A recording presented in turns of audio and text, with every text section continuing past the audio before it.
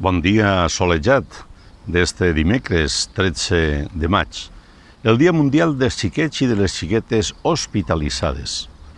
Una temperatura mínima ha fet avui entre les 4 i les 6 de la matinada de 13 graus. Actualment ens trobem a 18 graus, quan encara no són les 9 i mitja, i arribarem a 26 graus a partir de les 15 hores.